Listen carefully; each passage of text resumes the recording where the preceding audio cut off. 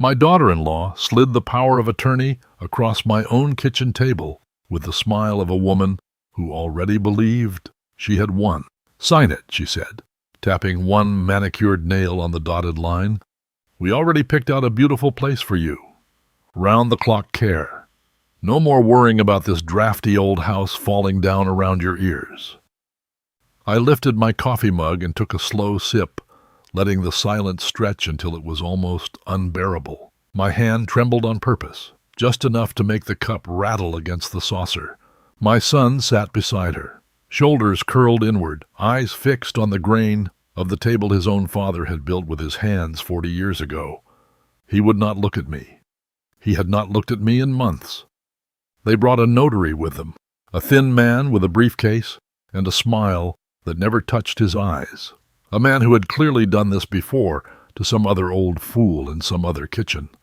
They were certain of what they saw sitting across from them. A worn-out 72-year-old mechanic with grease still buried under his fingernails. A man clinging to a small pension and a house too big for him. What they did not know was that behind the wall, at my back, inside a safe bolted into solid concrete, sat the latest financial statement for 500 acres of land worth more money than either of them would earn in 3 lifetimes combined, and every last acre of it carried my name and mine alone. I picked up the pen. I let my fingers shake as the tip hovered over the paper, one breath from the end of everything I had built, and that was the exact moment someone knocked on my door. The knock that would tear apart every lie these two people had spent months constructing, and prove to them, once and for all, that they had picked the wrong old man to rob. Before we go any further, hit that subscribe button and drop a comment telling me where you're watching from tonight. Trust me, you do not want to miss how this one ends. My name doesn't matter yet. What matters is that I spent an entire Saturday afternoon standing over a smoker in my own backyard, coaxing a brisket into something worth being proud of, the way my father taught me, and his father taught him before that. Texas dry rub rubbed into the meat before dawn, hickory smoke drifting low over the fence line all afternoon, a pot of pinto beans simmering slow enough to fall apart on a fork by the time the sun dropped behind the tree line. I wanted the day to be perfect, because after 30 years of raising my son alone since his mother passed, I understood that this single Saturday might set the tone for every holiday, every birthday, every ordinary Sunday dinner still waiting somewhere ahead of us. My son Grayson was bringing the woman he intended to marry, and I wanted to give her one thing above everything else on that table, a reason to feel like she belonged in the only home he had ever known. I should have known better the second her car rolled into the driveway. It was too clean, too new, too quiet, in the way expensive things are quiet, the kind of vehicle that seemed almost embarrassed to be parked on a gravel road next to my 20-year-old pickup truck. Adrian stepped out in a pair of stiletto heels so sharp they looked capable of drawing blood from soft ground, and she planted them directly into my lawn without a second thought, sinking 2 full inches into the earth I had watered myself that very morning. She did not apologize. She looked down at the grass stains threatening to ruin her shoes the way a queen might look at a puddle blocking her path to a throne, as though the inconvenience itself was somehow my fault for daring to own a yard with living grass in it.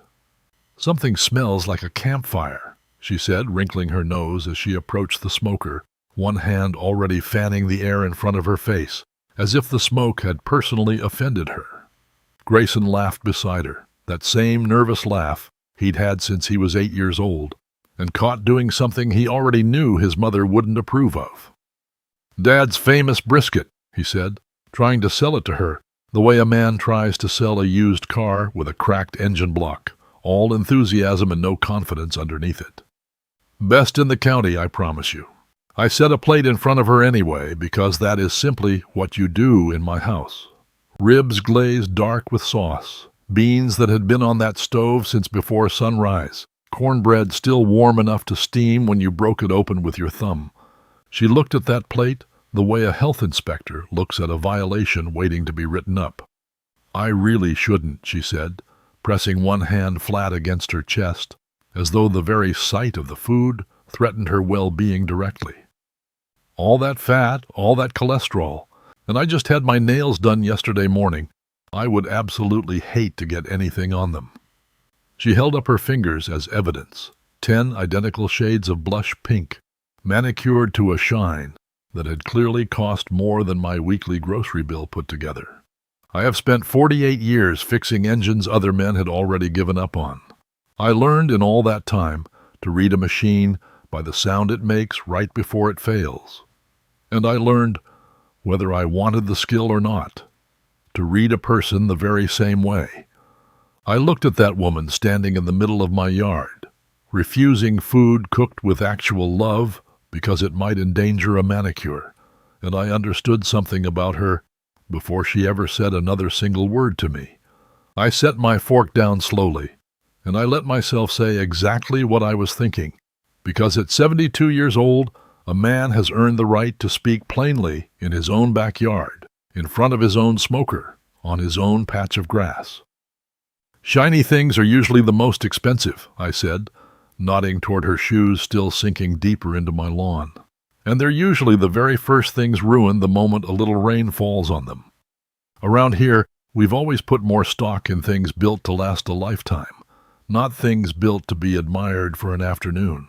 I took a bite of the brisket myself, chewing slow, watching her face change color beneath a careful layer of makeup. Grayson's laugh died somewhere down in his throat before it ever reached the air.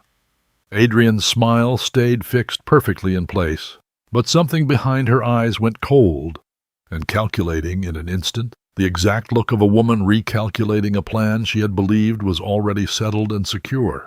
I recognized that particular look.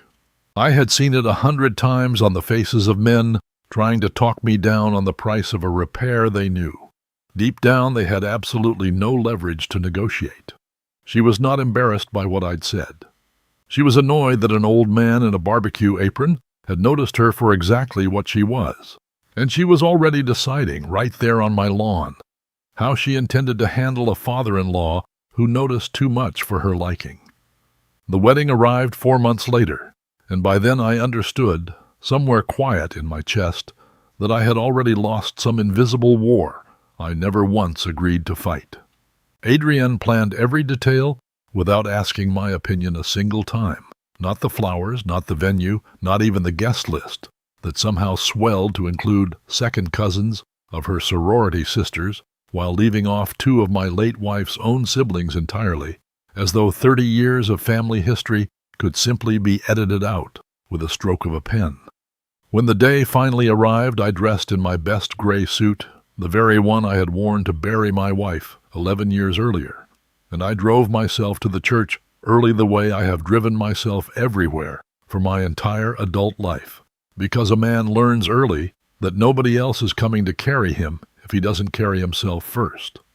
I found my seat, or rather, I found the seat that had been assigned to me without a single word of discussion, and my chest tightened when I understood exactly where it was. 5th row. Behind 2 full rows of Adrienne's coworkers I had never once met. Behind her father's golfing partners, behind people who could not have named my son's middle name if their own lives depended on the answer. I sat there in that 5th row, straining my neck just to watch my only child walk toward the altar. And I told myself it did not matter, that a chair was only ever a chair, that love does not require a front row seat to be real and lasting. I have told myself a great many comforting lies across 72 years of living. That particular one did not hold up for very long at all. At the reception, the humiliation sharpened into something with real, visible edges. When the time came for toasts, Adrienne handed the microphone to her mother, then to her father, then to an uncle I had never once heard mentioned, across 4 months of engagement dinners, then finally, almost as a tired afterthought, to a college roommate who told a rambling story about a spring break trip that had nothing whatsoever to do with my son. Nobody called my name across that room. Nobody offered me the microphone even once. I sat there with the toast I had written out on an index card folded twice in my jacket pocket. Quiet words about pride and sacrifice, and watching a boy grow into a man worth admiring, and I never spoke a single one of them out loud to anybody. When the dancing began, Grayson danced first with his new mother-in-law before he ever thought to look for me across that crowded room, full of strangers. I watched my son laugh freely with a family that was not mine, in a room packed full of people who did not know my name or care to learn it, and I understood, with the kind of clarity that only ever arrives too late to do any good, that he had already chosen which side of this new life he intended to stand on. I left before the cake was even cut. I did not say goodbye to my son because I did not trust my own voice not to break in front of strangers who had already decided, somewhere along the way, that I did not matter much to this family anymore. I drove home alone through the dark, past the exit for the house where I had raised that boy by myself after his mother died, past the church where I had buried her more than a decade ago, and I let myself feel, for the first time in years, exactly how alone a man can be, even while surrounded by his own blood and bone. I did not yet know how far Adrian intended to take this quiet war of hers. I only knew, sitting alone in my truck in my own driveway at midnight, still wearing my dead wife's favorite tie, that whatever came next, I intended to meet it with my eyes wide open, and my guard finally, permanently up. The honeymoon ended, and my son disappeared right along with it, not physically, not entirely, but in every single way that actually matters between a father and his only child. The phone calls stopped first, then the weekend visits, then even the obligatory holiday texts that used to arrive at least on my birthday and on the quiet anniversary of his mother's passing every October. I told myself newlyweds needed space to build a life together, that this silence was only temporary, the natural settling of a young marriage finding its own footing away from the family it came from. I have fixed enough broken engines in my life to know the difference between a normal idle and a warning rattle building underneath the hood, and somewhere beneath my own comfortable excuses, I already knew exactly which one I was listening to every time that phone failed to ring. 3 weeks after the wedding, I loaded my old toolbox into the bed of my truck and drove out to the new house Grayson and Adrian had bought on the north side of town, because he had mentioned once, in passing, almost apologetically, that the kitchen sink was running slow. I had fixed worse plumbing problems in worse houses across 40 years, without ever charging a dime to anyone who genuinely needed the help, and I saw absolutely no reason my own son's house should be treated any differently. Adrienne answered the door before I even finished knocking, standing squarely in the frame like a wall built for the specific purpose of keeping me out of my own child's home. She looked down at my toolbox the way a person looks at something unpleasant, tracked in on the bottom of a shoe. "We already hired a licensed professional dad," she said, using that word dad with all the manufactured warmth of a stranger reading it off a customer service script. "You really don't need to trouble yourself over this. Go home and rest. We've got it handled." The door closed before I could offer a single word in response, before I could even ask about the sink itself, before I could ask to see my own son standing somewhere behind her in that hallway I had helped them move furniture into just 2 months earlier. I stood on that porch for a long moment with my toolbox still gripped in my hand, listening to the deadbolt slide firmly into place on the other side of the door, and I understood, in that exact instant, exactly how thoroughly and how quickly I had already been replaced in my son's household. The call started a few weeks after that, though notably never from Grayson himself. Adrian began phoning the neighbors, the men at the hardware store, where I have shopped every single Saturday for 3 decades running, even the pharmacist who fills my blood pressure medication every month without fail, planting small, careful seeds of concern everywhere she went across town.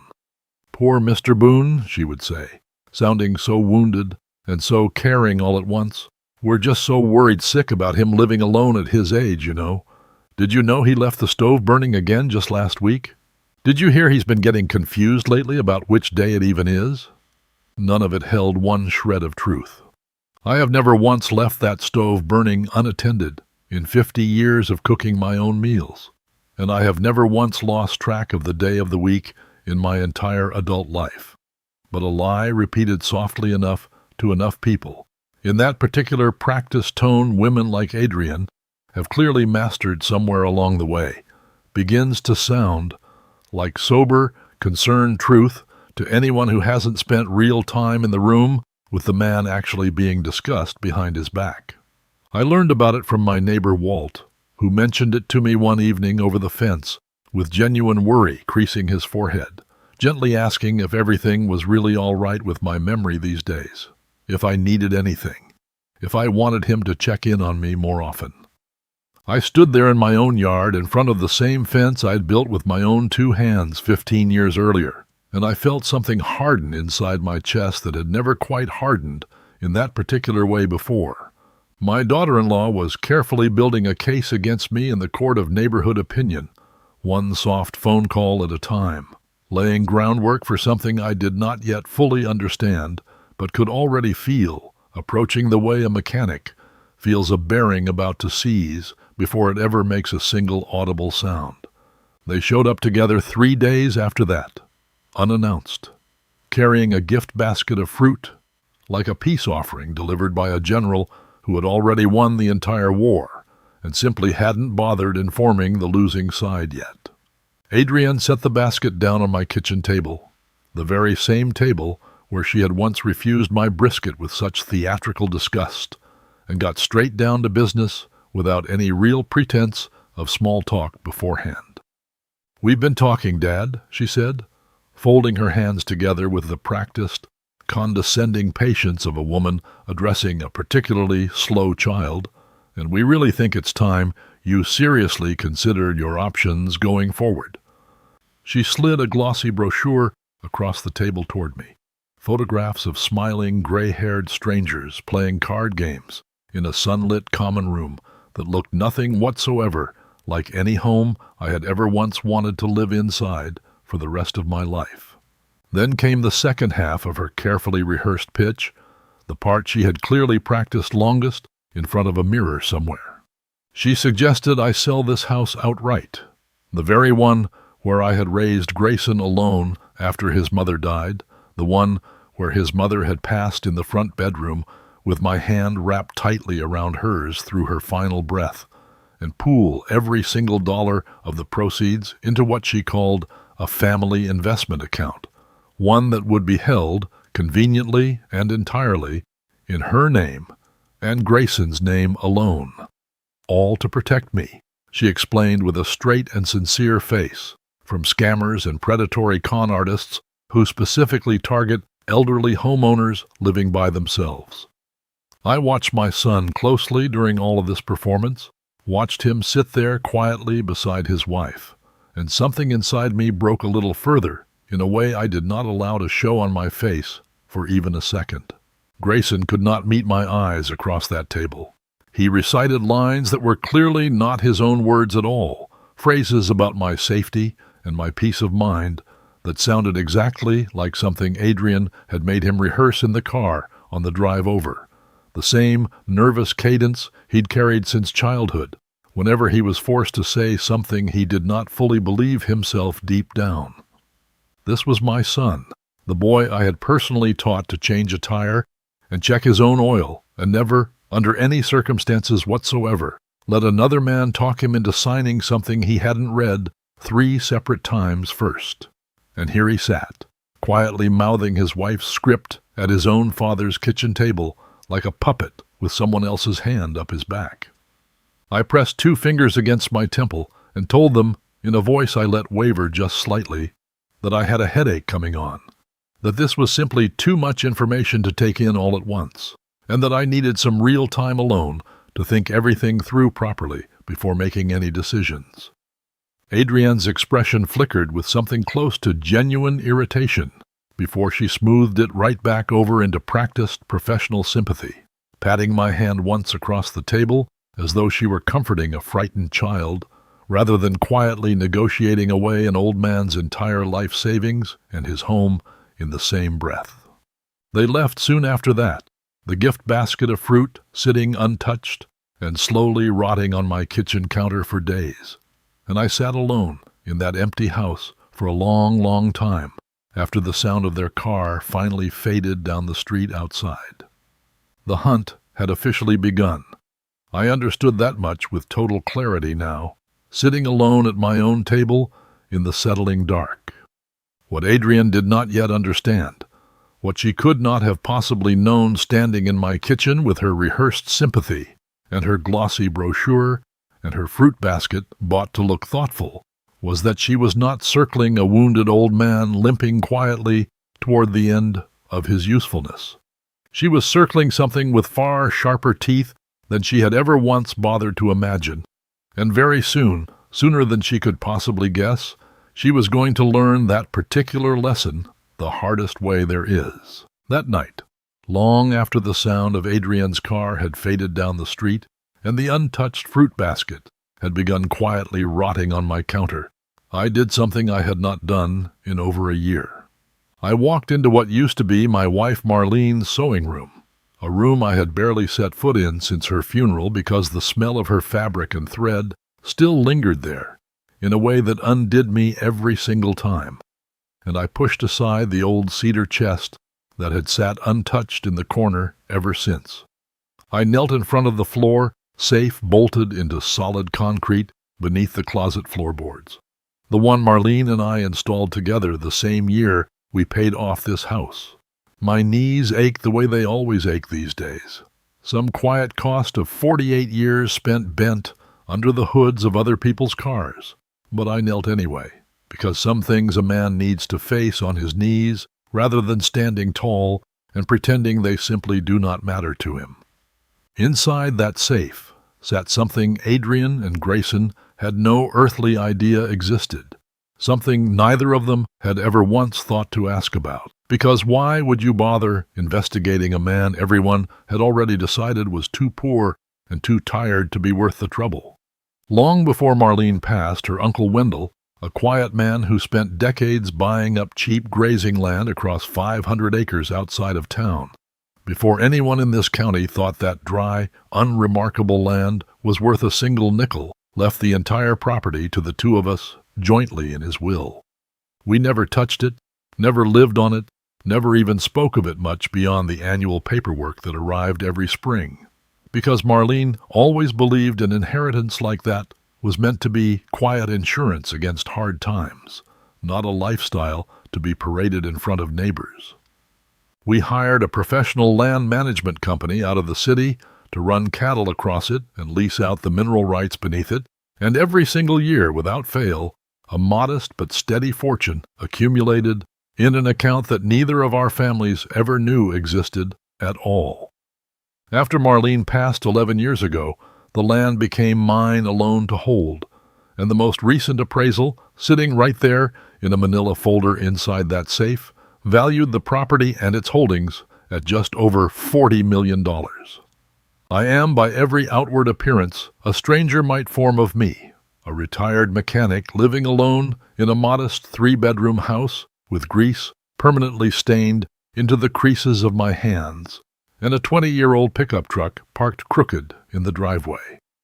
I am also, quietly and entirely privately, one of the wealthiest men in this entire county, and not one living soul outside of a lawyer's office and a land management firm 200 miles from here has ever once known it. Marlene and I built that secret together on purpose, out of a shared belief that money announced too loudly invites exactly the kind of vultures that were now, as it turned out, already circling my own dinner table with brochures and fruit baskets in hand. I sat on the floor of that sewing room for a long time, with the folder open across my lap, and I made a decision that felt less like careful planning and more like a man finally waking up from a long, comfortable sleep he hadn't fully realized he'd fallen into. The next morning I called a number I had not dialed in nearly 6 years, the private line of Cyrus Lockhart. a man I had served alongside in the Army decades before either of us knew a single thing about mortgages or wills or grandchildren, and who had gone on to become one of the sharpest elder law attorneys practicing anywhere in this part of the state. Cyrus had pulled me physically out of a burning transport vehicle in a war neither of us likes to discuss much at dinner parties, and I had, in turn, rebuilt his late father's old Ford engine for free every single year until the man finally passed away. We were not friends in the casual, easy sense of the word. We were something closer to family, forged in circumstances most people are lucky enough to never have to understand firsthand. "Garrison Boone," Cyrus said the moment he picked up, his voice exactly as gravelly and unimpressed as I remembered it from decades earlier. "It's been far too long, old man. What's gone wrong out there?" I told him everything, start to finish, without skipping over a single detail. The backyard barbecue and the ruined lawn, the cold silence that settled in after the wedding, the locked door when I showed up with my toolbox to fix a simple sink, the whispered lies told to my neighbors about a failing memory I did not actually have, the gift basket and the glossy brochure and the family investment account conveniently held in names that were not mine at all. Cyrus listened without interrupting me once, the way good lawyers and good soldiers both eventually learn to do, and when I finally finished talking, he was quiet on the line for a long moment before he spoke again. "This is textbook elder financial exploitation, Garrison, and I do not say that lightly to an old friend," he said, his tone shifting into something sharper and more focused than I had heard from him in years. "The isolation always comes first, cutting off outside help and outside contact before anyone notices. Then the whisper campaign follows right behind it, making everyone around you doubt your competence before they ever attempt anything official or legal. Then comes the manufactured crisis and the conveniently rushed solution that just happens to benefit only them. I have watched this exact pattern destroy good men twice your age with far less sense than you're showing me right now by picking up this phone before you signed a single document." He told me to drive out to his office in the city the following morning and to bring every scrap of documentation I still had on the ranch, the original will, and the trust that Marlene and I had always talked about formalizing but had never quite gotten around to finishing while she was still alive. I drove the 2 hours to Cyrus's office before sunrise the next morning, my old coffee thermos rattling in the cup holder the entire way, and spent nearly 4 hours sitting across from him while he built, piece by careful and deliberate piece, a legal wall around everything I owned that no notary and no rehearsed daughter-in-law would ever be able to breach again. He set up what he called an irrevocable trust, a legal structure that would lock the house, the ranch, and every asset attached to either one permanently out of reach of any power of attorney, any coerced signature, any quiet scheme dressed up as loving concern for my safety and my future. Once the paperwork was properly filed with the county, no document Adrienne could ever slide across my kitchen table again would carry the slightest legal weight, no matter how many hired notaries she brought along to witness it or how much pressure she applied. "There's one more thing you're going to need," Cyrus said, sliding a small black device across his desk toward me, no larger than a shirt button and just as easy to overlook. "A recorder, perfectly legal in this state, for you to use inside your own home without anyone else's consent, and it's about to become the single most important tool sitting in your entire toolbox." He showed me exactly how to clip it discreetly inside the lapel of my jacket, how to activate it with a single press of my thumb through the fabric, and he made me promise, in the particular tone of a man who had spent 30 years cleaning up messes for people who failed to plan ahead in time, that I would use it the very next time Adrian and Grayson walked back through my front door, carrying more paperwork and more smiles that never once reached their eyes.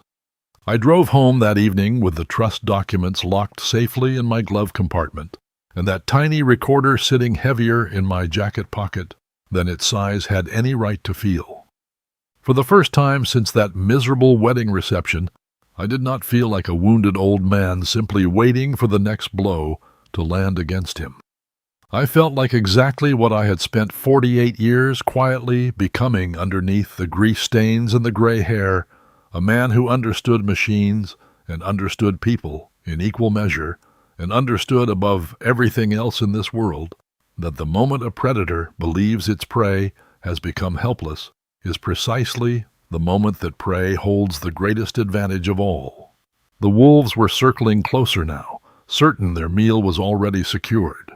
What they did not know, what they could not have possibly known standing outside my window in their expensive shoes, was that the old lion they were quietly hunting had already sharpened every claw he owned and had quietly called in reinforcements of his own choosing. With the trust filed and locked tight around everything I owned, I expected some measure of peace to finally settle over me, some quiet confidence that the worst of it had already come and gone. Instead, Adrienne only tightened her grip further, the way any predator does.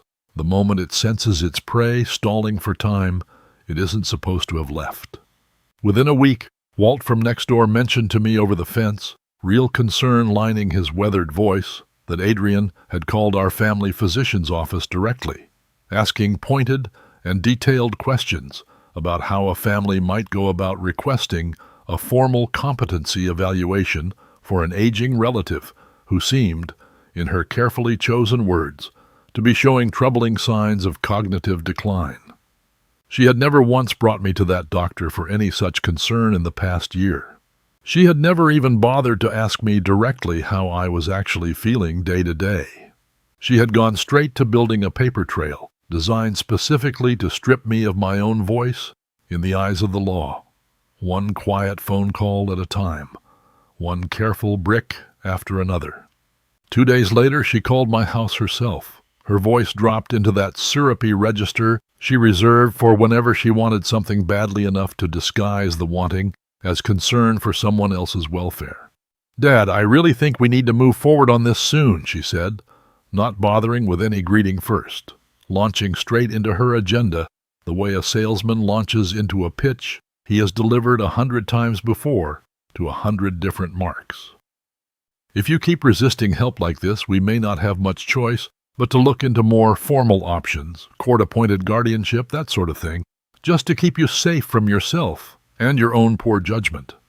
"I really don't want it to come to that, Dad. I truly don't. But you're not leaving us much room to maneuver here anymore." A threat wrapped carefully in the language of love, delivered as smoothly as though she were reading me an afternoon weather forecast off a teleprompter. I thanked her for her concern in a voice I kept deliberately thin and tired sounding, and I told her I only needed a little more time to think everything through properly before I could give her any kind of answer. That evening I called Cyrus, and he listened to the entire threat, without a trace of surprise coloring his voice on the other end of the line. "This is exactly the moment I warned you about, Garrison," he said calmly, the same steady tone he used to use briefing men before dawn, decades ago. The point where patience stops being a virtue for them and starts becoming a liability instead, where the wolves grow impatient enough to force a confrontation on their own terms, instead of quietly waiting on yours. We are not going to let them choose that ground for this fight. We are going to choose it for them, carefully, and we are going to make certain they walk right into it, believing it was entirely their own idea. He walked me through the plan slowly, piece by piece, the same deliberate way he once walked young soldiers through an operation before first light broke over the hills. I would call Grayson directly and manufacture a small, believable crisis of my own, a convincing moment of fear and surrender, designed to draw them both out into the open, on a day and at an hour that I alone had chosen. Meanwhile, Cyrus would quietly reach out to a contact he trusted completely at the county prosecutor's office, a woman named Denise Farrow, who had spent 11 years handling financial crimes committed against elderly victims for a living, and arrange for her to be standing on my porch that very same Friday afternoon, unannounced to anyone in this drama but the two of us.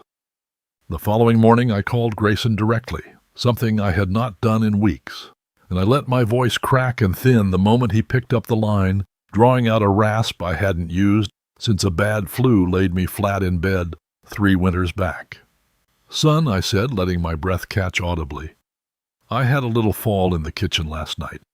Nothing broken, I don't believe, but I scared myself pretty badly lying there on that cold floor by myself for longer than I'd care to admit to you. I've been thinking a great deal since then, lying awake most of the night, staring at the ceiling. I think maybe you and Adrian have had the right idea about all of this from the start. I don't know if I can keep managing everything on my own much longer, not the way I used to." Silence stretched out on his end of the line for a long moment, and for one unguarded second, I heard something that sounded almost like real, unscripted worry crack through his voice, before Adrian's hand apparently closed over the phone entirely and took it from him without ceremony.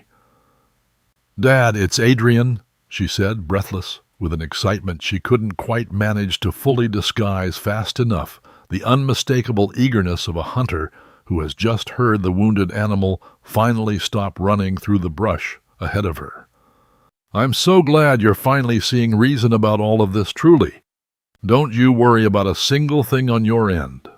I'll bring everything we need out to you myself, all the paperwork, everything ready to go and signed off, so you don't have to trouble yourself traveling anywhere in your condition. We'll come Friday afternoon and get this whole matter settled once and for all, together as a family. Together as a family." The phrase landed in my ear like a slap wrapped carefully in silk. A woman who had spent months methodically isolating me from every family member I'd left, now claiming that very word as her own private property to wield however she pleased against me. I spent that Thursday night, the evening before, what I already understood would be the true reckoning. Sitting alone in my living room with a glass of bourbon I poured but barely touched at all.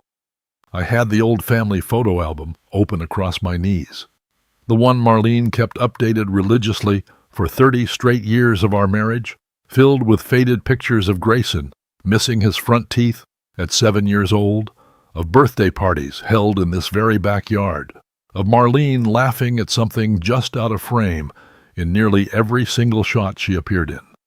I ran my thumb slowly over one photograph in particular, Grayson at maybe 5 years old, sitting proudly on my shoulders at the county fair, both of us grinning like the whole world belonged only to the two of us that afternoon and to nobody else. I did not recognize much of that boy anymore in the grown man who had gone silent on me these past months, who had let his wife script every single word he spoke in my presence, who had stood behind a doorway and let a locked deadbolt speak for him instead of using his own voice like a man raised to stand on his own 2 feet. I thought, sitting there in that quiet living room, with the lamp casting long shadows across the worn carpet, about every ounce of grace I had extended toward my son across this entire miserable ordeal, every excuse I had quietly manufactured on his behalf, every benefit of the doubt I had stretched thin trying desperately to believe some part of him still remembered who raised him and how much it had cost me to do it alone. That grace I understood clearly now, staring down at a photograph of a boy who no longer seemed to fully exist in the man across from me at that kitchen table, had finally run completely dry somewhere deep inside my chest. Whatever affection still lived on for my son would have to survive on its own from here forward, without one more ounce of protection from me shielding him from the direct consequences of the choices he had knowingly made alongside his wife. Tomorrow, Adrian would walk through my front door, fully believing she had finally worn down a frightened, failing old man into surrendering everything he had left in this world. She had no earthly idea what was actually waiting for her on the other side of that door. No idea whatsoever that every trap she believed she had so carefully built around me had already been quietly, methodically turned back around to close on her instead. I finished the last swallow of bourbon, closed the photo album gently, and went to bed early, for the first time in weeks, sleeping straight through the night without a single dream disturbing me. Friday afternoon arrived exactly the way Cyrus and I had planned it together, right down to the hour we had agreed upon over the phone 2 nights earlier. Adrian pulled into my driveway at 2:30 in that same too clean, too quiet car, Grayson trailing a step behind her and carrying a slim leather folder pressed against his chest like an altar boy carrying something sacred toward a ceremony he clearly did not want to attend. A third figure I did not recognize followed close behind them both, a thin man in a gray suit with a briefcase and a smile that never once reached his eyes. The exact kind of smile I had learned to distrust across 48 years of dealing with men trying to sell me something I did not actually need. Adrienne introduced him at my own front door as Quentin Ferris, a notary public who specialized, she explained with practiced warmth, in helping seniors simplify their affairs quickly and painlessly during difficult transitions. I invited all 3 of them inside my living room, the very room where I had once bounced Grayson on my knee reading him bedtime stories about trucks and dinosaurs, and I settled into my armchair with the recorder clipped inside my jacket, already running, my thumb having pressed it the moment I first heard tires crunching on the gravel outside. Quentin spread the documents across my coffee table with the practiced efficiency of a man who had clearly performed this exact routine in dozens of other living rooms belonging to dozens of other confused, frightened old people who never saw it coming. A durable power of attorney sat on top of the stack, granting Grayson and Adrienne full authority over my financial and medical decisions from this day forward. Beneath it waited a quitclaim deed, transferring ownership of this house, the only home I had ever known as a grown man, directly into their names for what the paperwork listed, almost insultingly, as $1 and other valuable consideration. Adrian leaned forward with a smile sharp enough to cut glass, tapping one manicured nail against the dotted signature line waiting at the bottom of the deed. "Sign right here, Dad, and here," she said, sliding a second sheet toward me across the table, her voice dripping with performed patience she clearly believed she had earned through months of careful, exhausting work. "The car from Willowbrook Senior Living will be here first thing tomorrow morning to help you get settled in comfortably. You won't have to lift a single finger through any of it. We've handled absolutely everything for you already." Grayson sat beside her on my couch, staring down at his own folded hands in his lap, unable to meet my eyes even now, even at the very edge of what he must have understood, on some buried level, was a genuine betrayal of the man who had raised him alone for 30 years without a single word of complaint.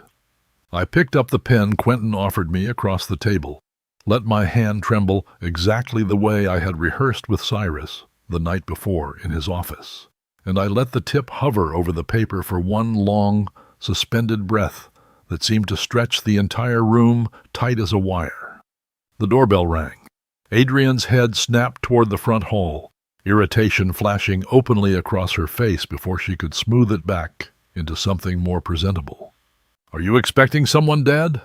Quentin asked sharply, his own careful composure cracking just slightly for the first time since he'd walked through my door with his briefcase and his rehearsed courtesy.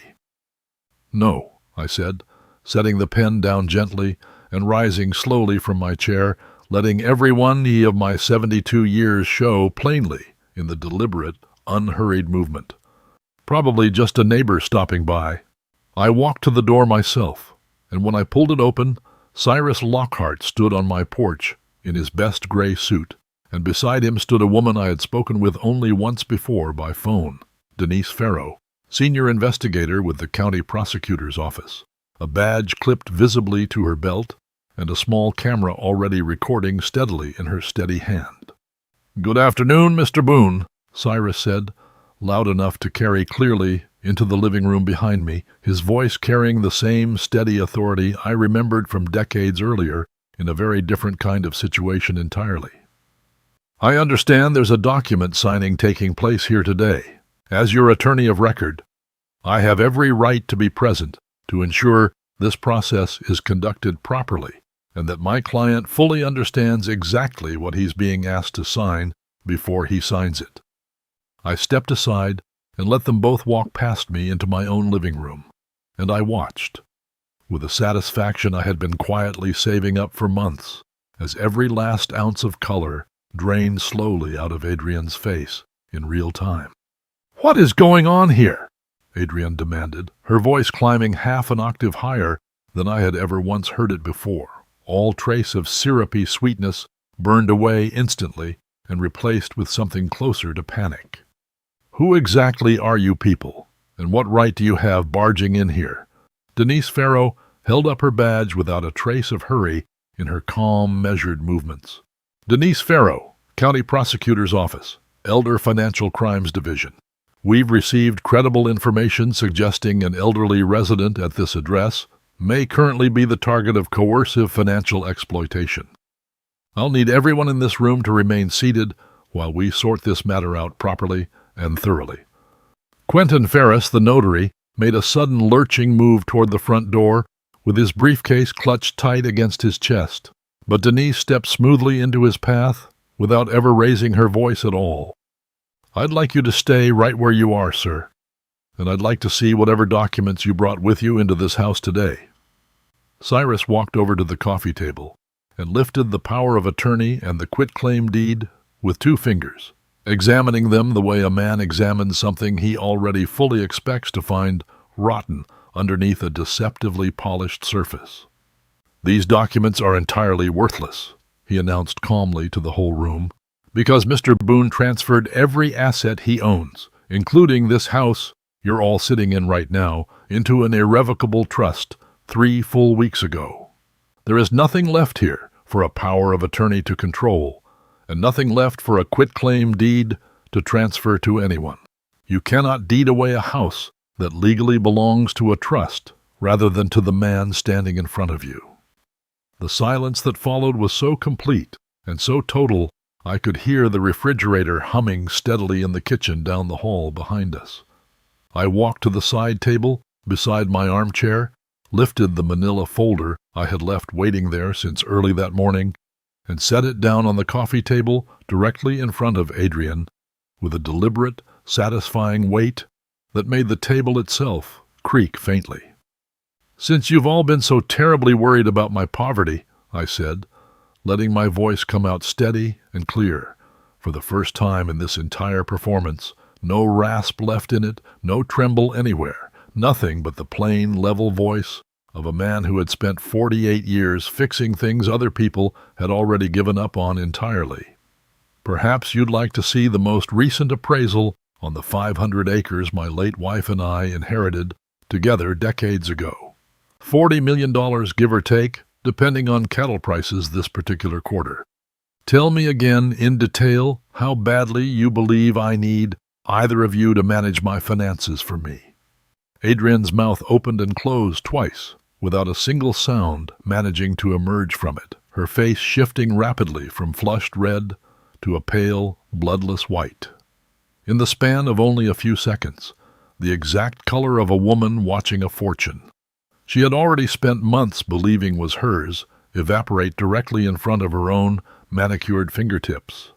Grayson stared down at the folder on the table as though it had materialized out of thin air in front of him, his mouth hanging open in disbelief. And then, slowly, his knees seemed to give way beneath him as he sank down onto the edge of the couch cushion, his whole body curling forward like something vital had been physically knocked loose deep inside his chest.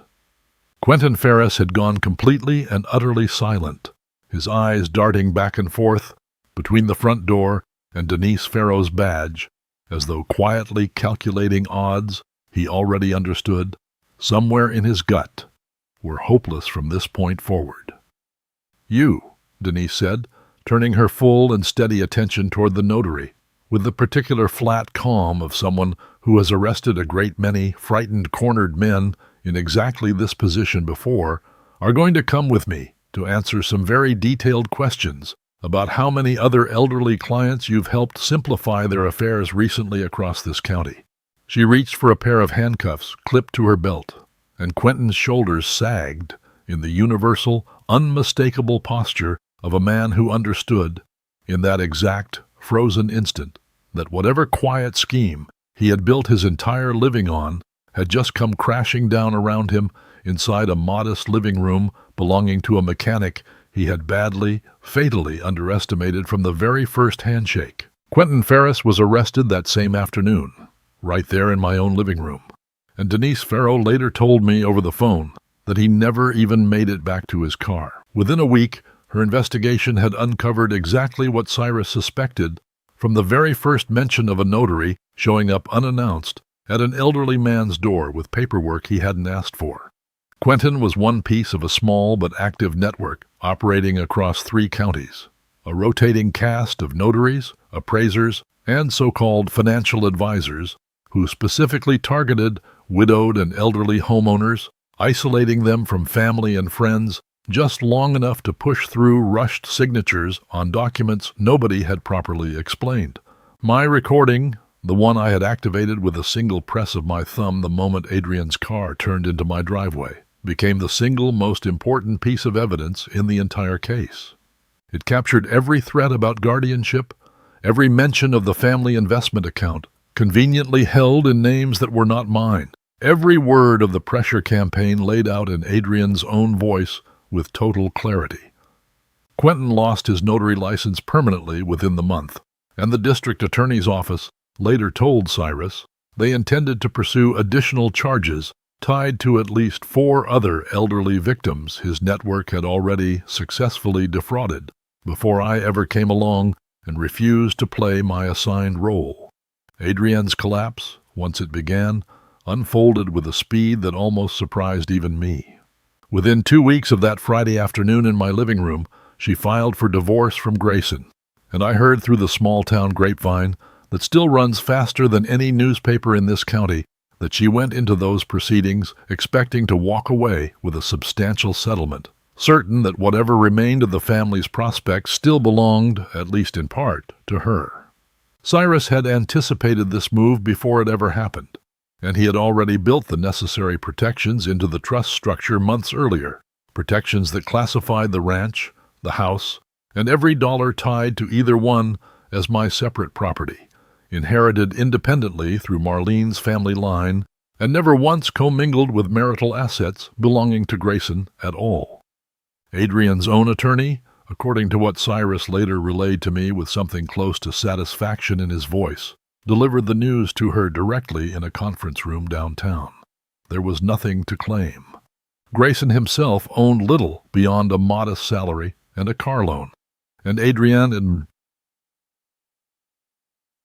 turned out, had quietly run up a considerable amount of credit card debt over the course of their short marriage, debt that was now entirely her own to carry forward alone into whatever came next for her.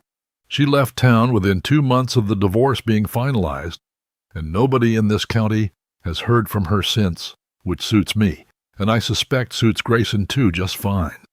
Grayson came to see me 3 weeks after the divorce papers were signed, driving up my gravel driveway alone for the first time in what felt like the better part of a year. I watched him from the front window before he ever knocked, sitting in his car in the driveway for nearly 10 full minutes, with his hands still gripping the steering wheel, and I understood, watching him work up whatever courage he needed to walk to my door, that some part of the boy I had raised was still buried somewhere underneath everything Adrian had carved away from him. When he finally did knock, I opened the door and found him standing there with red-rimmed eyes and a posture I hadn't seen from him since he was maybe 12 years old and had wrecked my truck backing it into the mailbox. "Dad," he said, and his voice broke apart completely on that single word.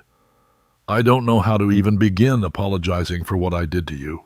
It's like I was under some kind of spell the whole time, unable to see what should have been so obvious to me the entire way through.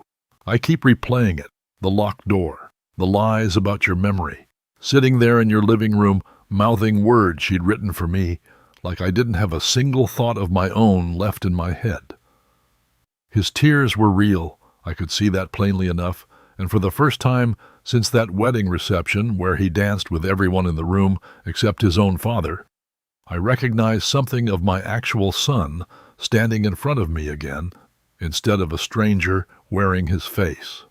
I did not rush to forgive him, and I did not pretend the last year hadn't happened simply because he had finally found his way back to my doorstep with tears in his eyes. I invited him inside, sat him down at the kitchen table, where all of this had truly begun months earlier, and I told him plainly what I had decided, alone, in the quiet weeks since that Friday afternoon. I can forgive you because we share the same blood, son, and because I remember the boy you were before a woman convinced you that loving your father was somehow a threat to your own future, I said, holding his gaze steady across the table, the way I hadn't been able to during that final rehearsed visit months earlier.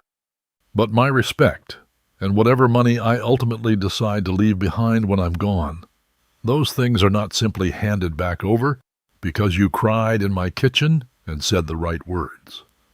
Those things get earned back with actual sweat over actual time, the same way everything else worth having in this life gets earned.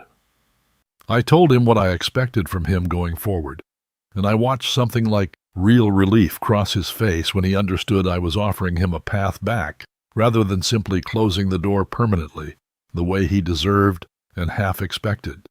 For the next 2 years, Grayson would work the ranch itself, not as an owner or an heir waiting for a check, but as an ordinary hired hand, mucking out stalls and mending fence lines and hauling feed alongside men who had no idea he was my son and no reason to treat him any differently than any other laborer on the property. He agreed without hesitation, and when he showed up for his first day 3 weeks later in work boots he'd clearly bought specifically for the job, blisters forming on his soft office worker hands by the end of that very first afternoon, I felt something in my chest ease for the first time in over a year.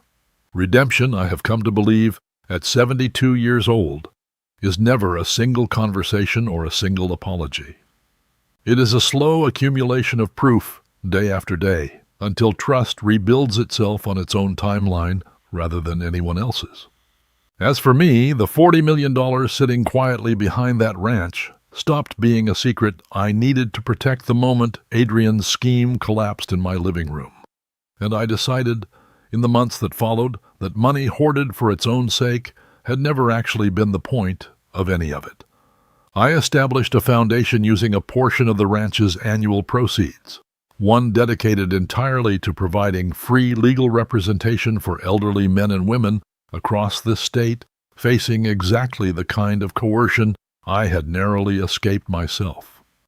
We call it the Marlene Boone Legal Fund, named for the wife who taught me, decades before any of this began, that quiet insurance against hard times is worth more than any amount of money flaunted carelessly in front of people who might come to resent you for having it.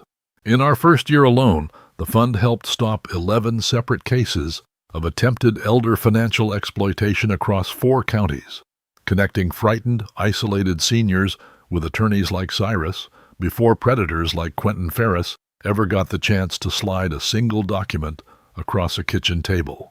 These days, most mornings still find me exactly where they always have, out in the garage tinkering with an engine that doesn't strictly need my attention anymore, because a man doesn't stop being who he is just because his bank account changed. But some afternoons, when the light turns gold over the western pasture, the way it only does for about 20 minutes before real dusk sets in, I saddle up one of the horses we keep out at the ranch now, and I ride out across 500 acres that belong to nobody but me, land that no scheming daughter-in-law and no smiling notary with a briefcase full of lies will ever manage to take from me as long as I'm breathing. I think on those rides about the man I was sitting in that 5th-row pew at my son's wedding, believing that being pushed aside was simply the cost of loving someone who no longer had room for you in his life. I know better now. Age is not the slow fading so many people assume it to be. It is, if you let it, the sharpest and most clear-eyed season a person ever gets to live through. The one where you finally understand exactly what you're willing to fight for and exactly what you are no longer willing to hand over to anyone, no matter how sweetly they ask for it.